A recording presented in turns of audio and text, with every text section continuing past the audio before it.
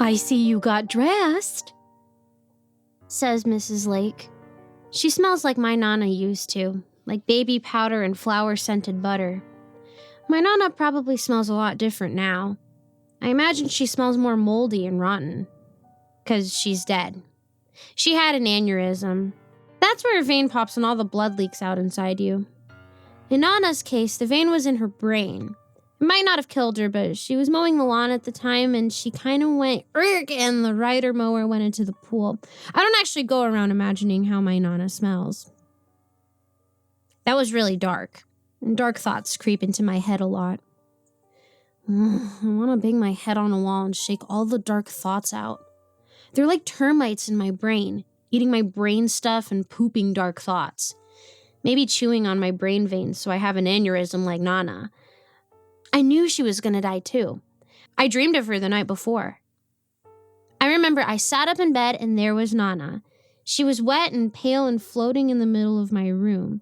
It scared me so bad at the time that I was too afraid to get out of bed even to go pee, and Mrs. Lake is still looking at me, isn't she? I forgot what she said, so I just responded with, "Yeah." Agreeing is usually the best case for when you aren't paying attention and someone seems to be expecting you to say something. Oh, right, she said I was dressed. I like clothes. Smooth, Lily. Super smooth.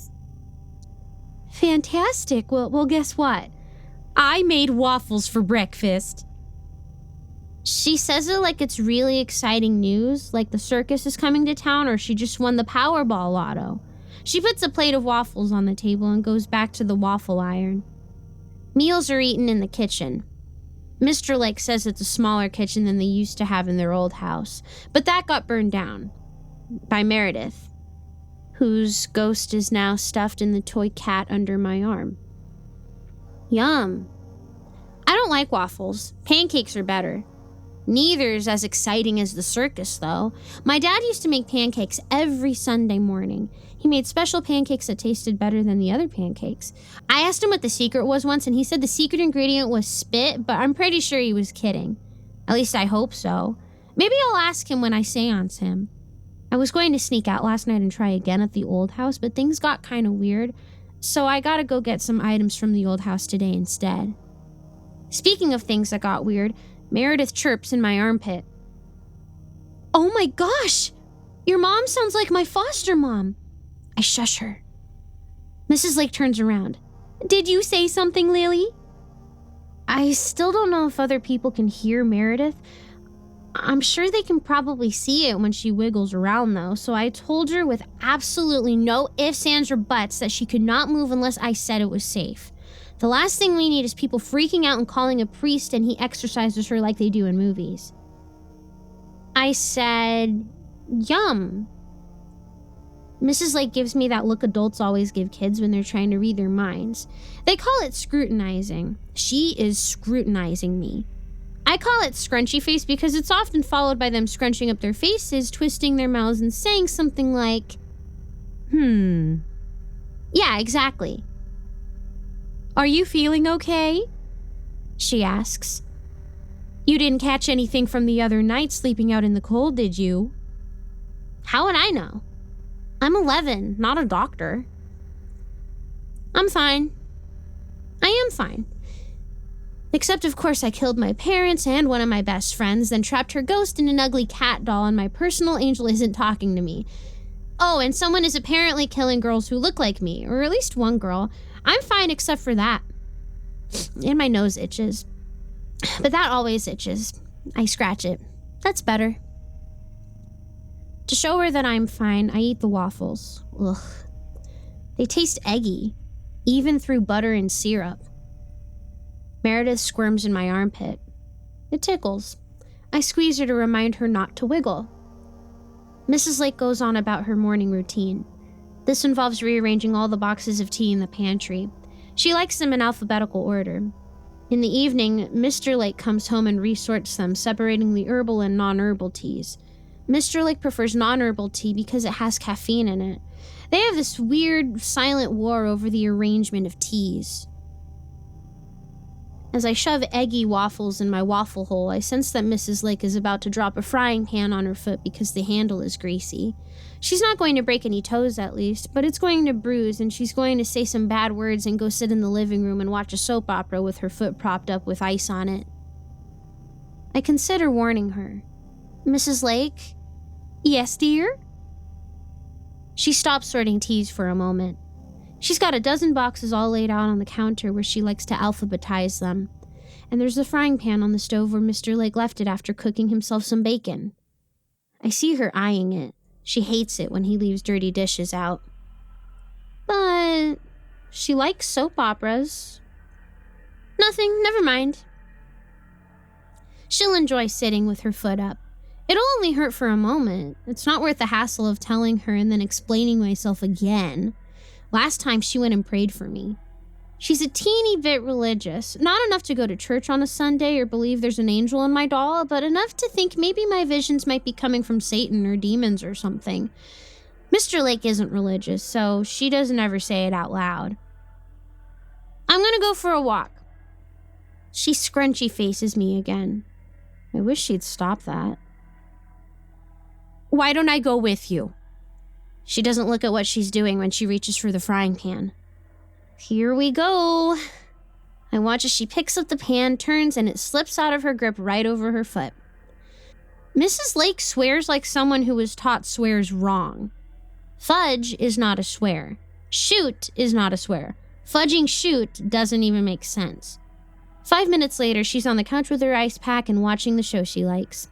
There's a lady on the show named Meredith, and she's pregnant with Philip's baby, but she told Rick it was someone else's. The show is weird. People lie about stuff that only leads to bigger problems. Well, I'll be back later, I say. Mrs. Lake doesn't respond because she's too busy dabbing at her eyes with a tissue. I don't know if she's crying about her foot or about the baby on that weird soap opera, or maybe just life in general. Outside, it's a nice Sunday. The clouds are really puffy today. People look at clouds and say they look like other things, but maybe those other things are the ones looking like clouds. If your pet looks like a cloud, you have a very fluffy pet.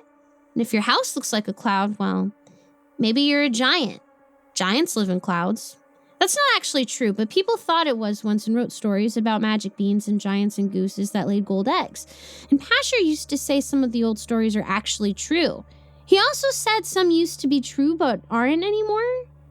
He mentioned something about a reset. I mean, there must have been magic once. Otherwise, where did Hecate come from? Meredith says something, but she's in my armpit, so I can't quite make it out. Armpits absorb vowels. I pull out Freddie Lapel, the ugly blue cat doll I accidentally trapped her in. What? I ask it. Why were you at my foster parents' house? It still feels strange to hear Meredith's voice all these months later coming out of this stuffed cat. Because the Lakes are my foster family.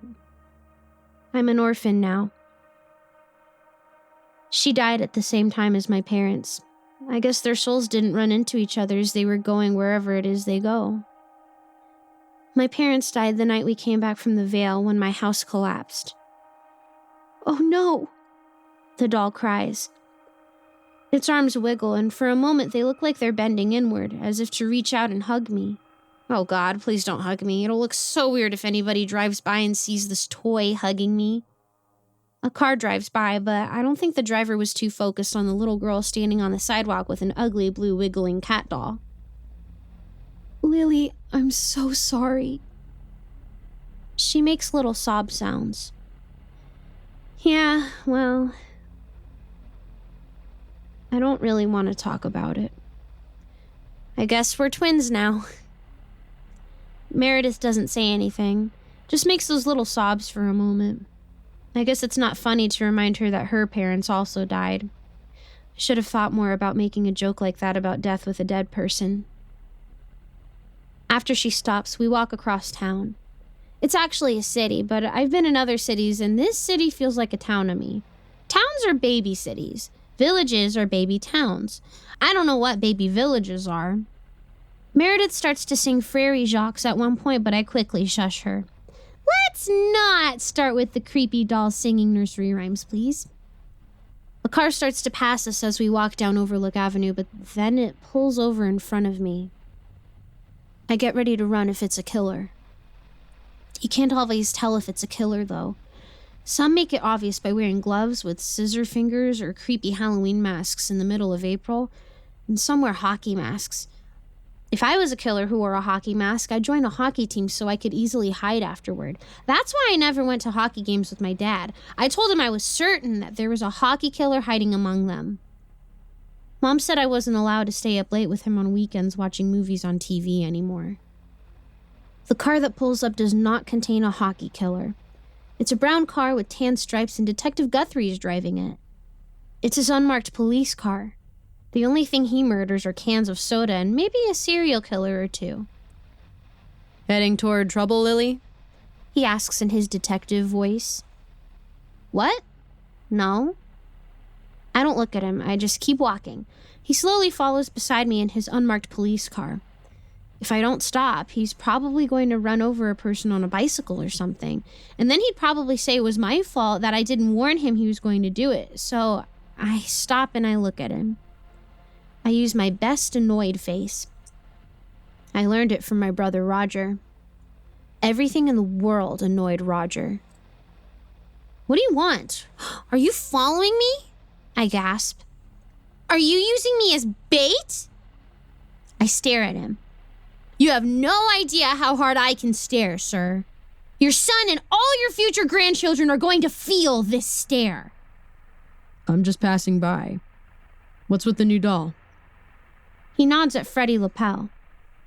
He scrunches up his face when he gets a good look at it. I don't blame him. This cat is super ugly. It looks like Garfield and Bill the cat got in a Star Trek transporter accident with a bunch of Smurfs. Is that another angel totem thing? I hold the toy cat up so he can get a good look at it. It wiggles in my hands. I grit my teeth and squeeze it to make it stop. Detective Guthrie frowns. This is Freddie Lapel, I tell him. I won him from a carnival claw machine. Right now he's got the ghost of Meredith Patterson in him. Really? He gives me the side eye. And how did that happen? You promised me no more occult rituals. I never promised him that. Can her spirit commune with us? He asks. No, I lie. Now can I go? I have to take my dead friend's ghost to see some old friends. He face scrunches at me. I think he really thinks he's a mind reader. You better not be thinking about tracking down Gretchen Buttersquash's killer. My jaw drops. Her last name was Buttersquash? I can't believe she had a worse last name than I do. That poor girl. I almost consider maybe she's better off now, but that's not nice. If Pasher were around, he'd tell me I shouldn't think such things. Besides, Gretchen is stuck in her dead body now, I presume, and that's not better off. You are thinking of hunting him. No! I roll my eyes again. Besides, how do you know it's a him? It could be a lady killer. Detective Guthrie points his finger at me menacingly. He needs to trim his fingernails. Or at least the one he's pointing at me. I can't see the rest. But probably all of them, because I don't imagine he only leaves one untrimmed. You stay out of this, Lily. And put your friend's ghost back. The last thing I need is you getting yourself killed after reading confidential files off my desk and end up with some creepy, possessed doll sitting in evidence. Yeah, I wouldn't want to give you more paperwork, would I? Jeez. Adults hate paperwork. They absolutely despise filling out forms, which is weird because it seems like they train us for all our lives. Also, some go and buy newspapers on the weekends and do crossword puzzles, which is like paperwork, only harder because you have to guess at the answers. When I'm an adult, I'm going to invent a solution to paperwork. DG lets his finger linger pointing at me, just to make sure I get that he's serious. After he's certain he's made his point, he rolls up his car window. Go home, Lily! He shouts as he peels away in his unmarked police car. Go home! That's exactly where I am going. I say to nobody. Home. Or at least what's left of it. They've put yellow tape all around the lot. Most of the house is rubble now, like Barney. It rained recently, so everything's drenched. The couch that used to be in the living room is out on the lawn. There's nasty brown stains all over it, and the cushions are like big, fat sponges. I know, because I sat on it last week and got my butt wet. That was a fun walk back to the lake's house that day. I've spent the past month or so sifting through the remains like my dad picking the meat off of a Thanksgiving turkey, trying to find little things that nobody cares about but me. The jewelry box my mom always had on her dresser that she let me open, and a little ballerina popped out and started dancing to music. Not a real ballerina, like a little toy ballerina. A real ballerina wouldn't fit in a jewelry box, though they do tend to be really small. Or maybe I just always sat really far back when my mom took me to watch ballet. She wanted me to be more into girly stuff like ballet, but I just wanted to paint and play the drums. "What are we looking for?" Meredith asks as I set her down on a rock that might have been part of the basement floor at one point. I don't know exactly what I'm looking for.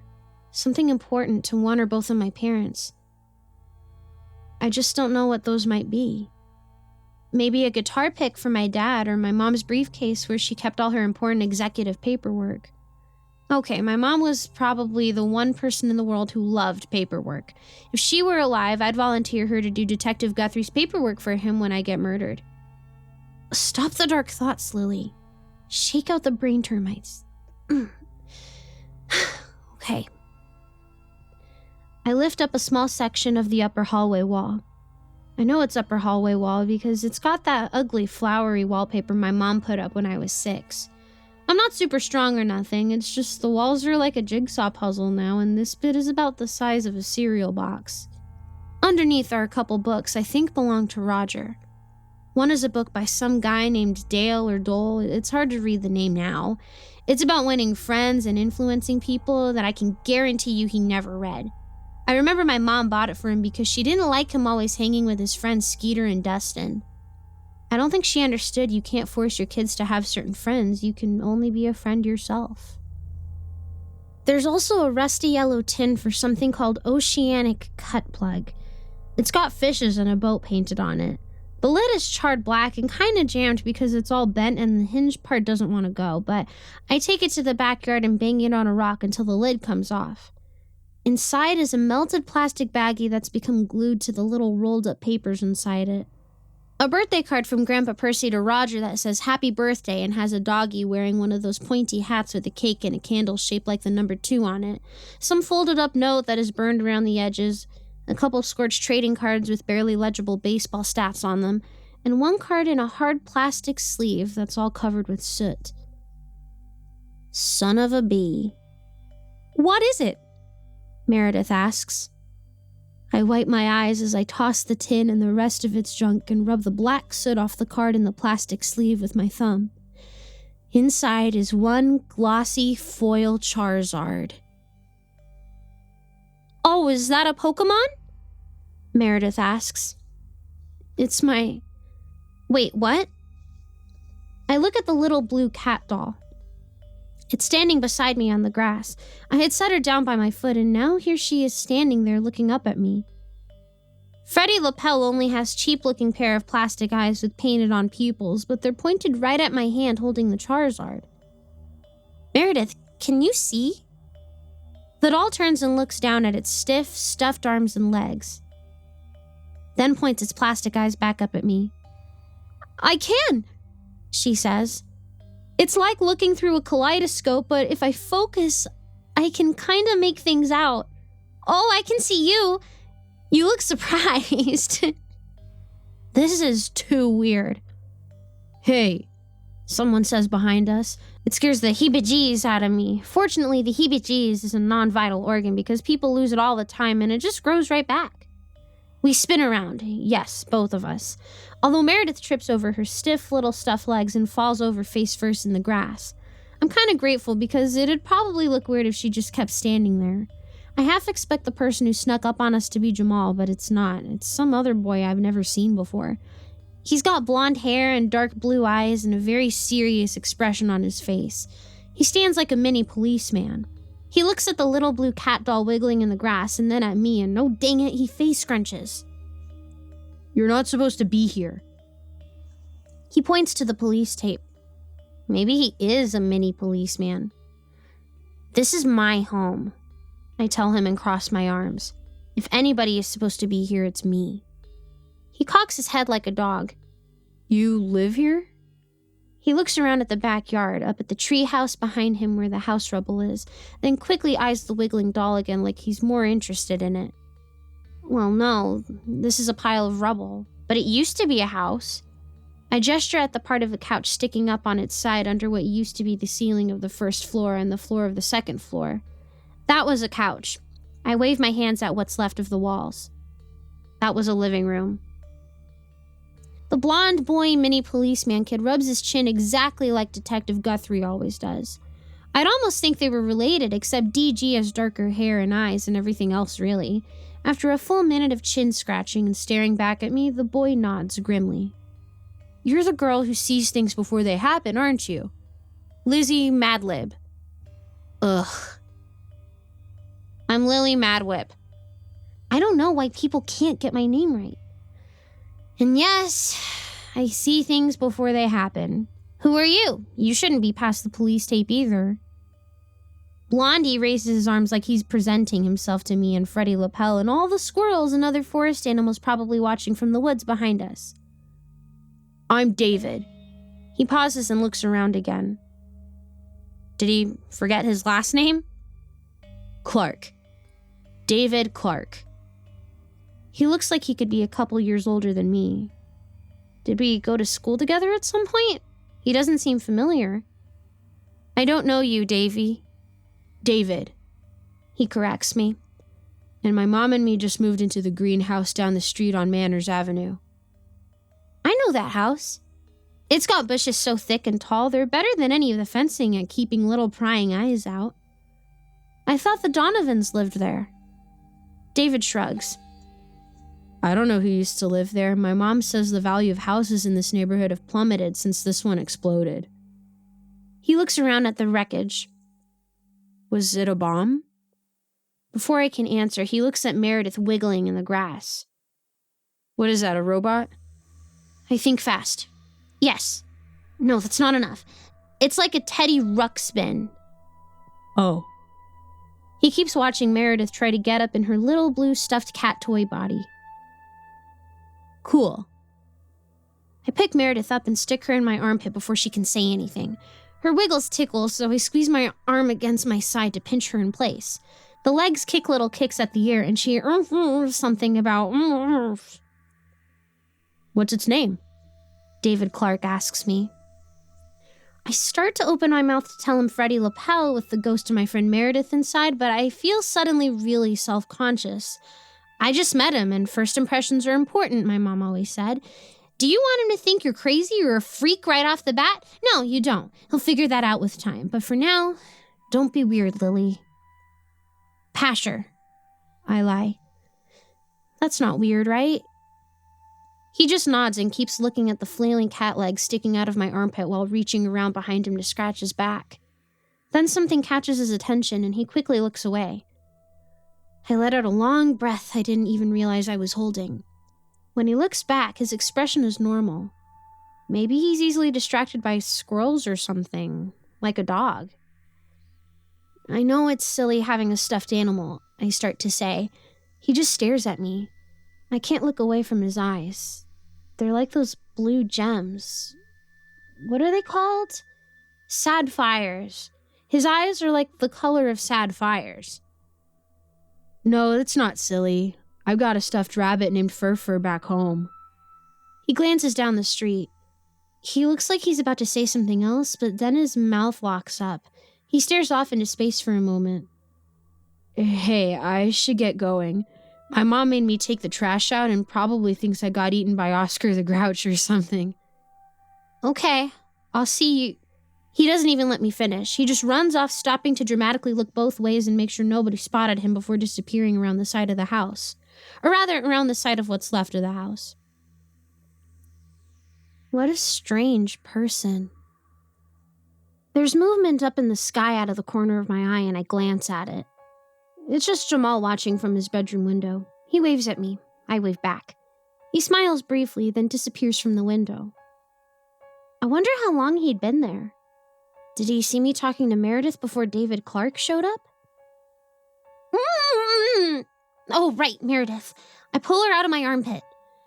I hope she doesn't have her sense of smell back, too, because if so, I'm real sorry. Where'd the boy go? She asks. Her little blue stuffed cat head twists all around looking at the backyard. With every passing moment, she's taking over more of this crazy stuffed animal. Oh, is this a treehouse? That's very nice. He had to go home. I point in the direction he ran off, around the corner of the house, or rather around the corner of the remains of the house. Wait a second. I feel a tingle in my tummy, like moths are flying around inside it.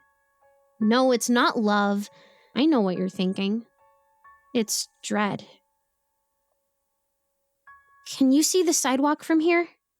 I ask Meredith, holding her up over my head. She looks around. Nope. I shove the Charizard in my windbreaker pocket and run around the front of the house, almost tripping over some parts of the front porch. David Clark is nowhere in sight. I look down the street towards Manners Avenue, but if he ran off that way, he's gone now. What's going on? Meredith asks. I hold her up and we look at each other. You know me pretty well, right? I think so. I mean, we only knew each other briefly, but we're like besties even from beyond the grave. Well, when in the time that you've known me, has anyone just happened by and not been part of something bigger that I just haven't realized yet?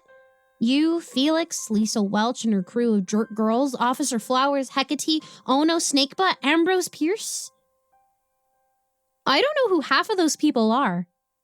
What I'm trying to say is strange new boys with sad fire eyes don't just stumble into my life. There's something more.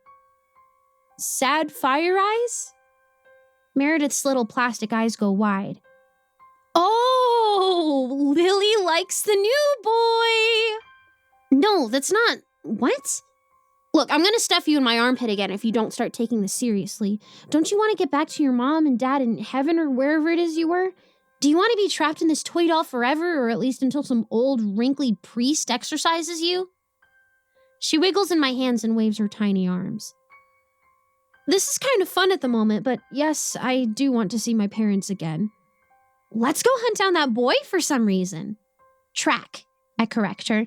Let's track him down. Hunt is kind of sinister sounding.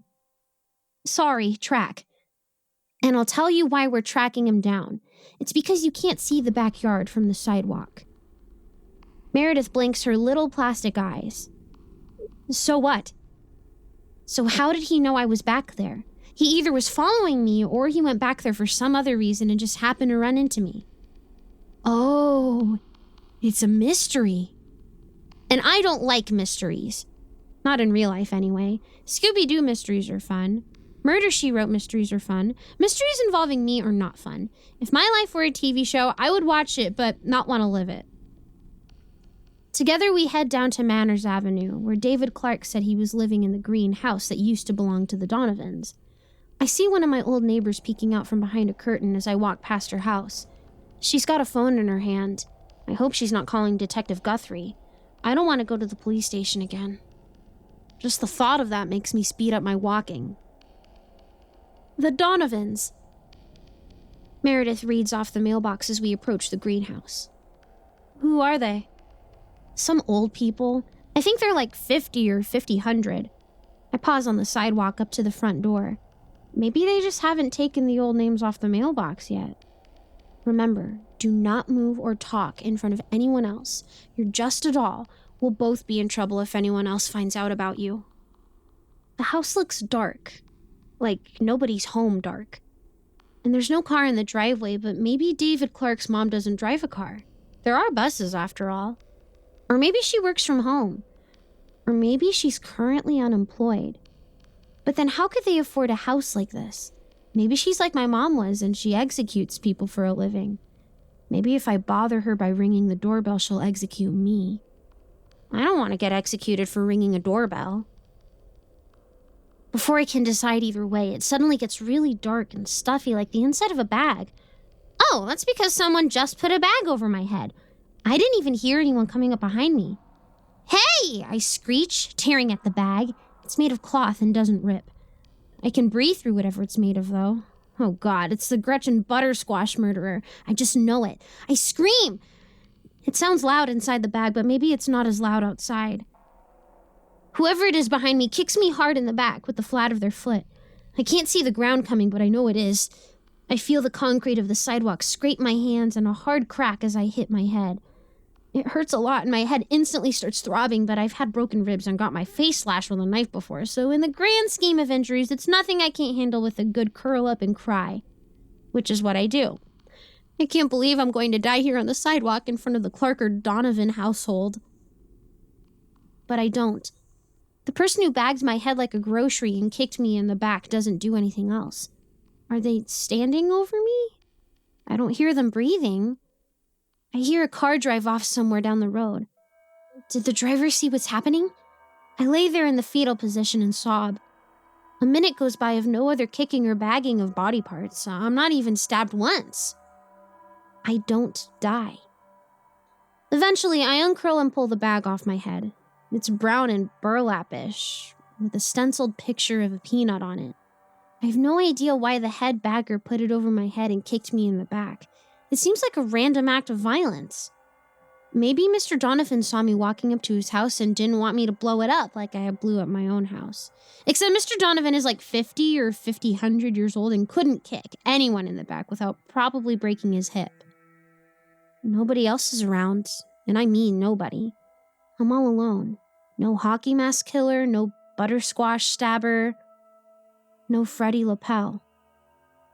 Whoever it was took Freddie Lapel. No, I mean, they took Meredith. Son of a biscuit! They took Meredith! And kicked me in the back! Who am I even talking to? Nobody's around. I'm still kind of used to Pasha responding to the things I say, even if it's been months since we last talked. The street is empty, and my palms are bleeding, and my head hurts really bad. But most importantly, somebody stole my haunted cat doll. I never thought I'd have to say that. I run up the rest of the way to the Donovan house and bang on the door. It must have been David. He was really interested in the doll. And then again, so was Detective Guthrie. But I know DG, and I don't know David Clark. David Clark answers the door with his sapphire blue eyes. I guess the Donovans really did move. Oh, hey, did I forget something? His face scrunches at me. What happened to you? You look like your house exploded. Again. Worse, I say. Then I think about that. No, okay, not worse. I just got mugged right out in front of your house and they took my Teddy Ruxpin. Looks like I'm going to the police station again after all.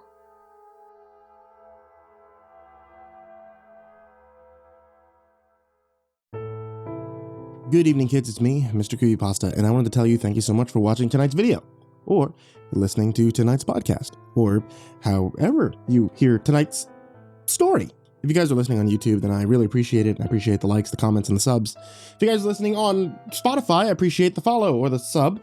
If you listen anywhere else you can find a podcast, then, I appreciate you doing that as well, because this is what I do. And of course, I want to give a very, very, very big shout out to all of my followers on Patreon, especially Bloodlace, Peter Bowie, AcidSystem, F, Alan Hyper, Brennan Matthews, Mary Massacre, Janine Hook, Paul Livingston, Seth Joseph Richards, Ashlyn, Deadeye Nick, Azad Hosenbokus, Rick Dance, Bryce Charles, Luminen Walker, Sheri Morgan, Jake Mcnee, Victoria Helton, BDH9294, Melinda S, Phinney, Nathan, Dante Rowe, Jane Rennalls, AceBandg, Ryan Kellum, Bobby J. CAVANAUGH, Barbara Biggs, BellaBailey, Ninja Grace, Dad Obsessed Trash, Suzanne Grow, Tommy Walters, Tater Chip, Onbu Op Willie, Sarah Gree, Yuri Catslash, Randy, Brad Gustafson, Sean Tristan Markham, B. Lisa Tyser, Jose Rodriguez, Adagio Rose, Peaceful Buddha, Azarine Fox, Freddy Krueger, Ho Gunkchi, Justin Johnson, King Hades F13, Michael Scarborough, James Lowe, Someone You Love, Nina Smith, Rafael Rodriguez, and Chance Burnett. You guys, as always, are the real MVP, and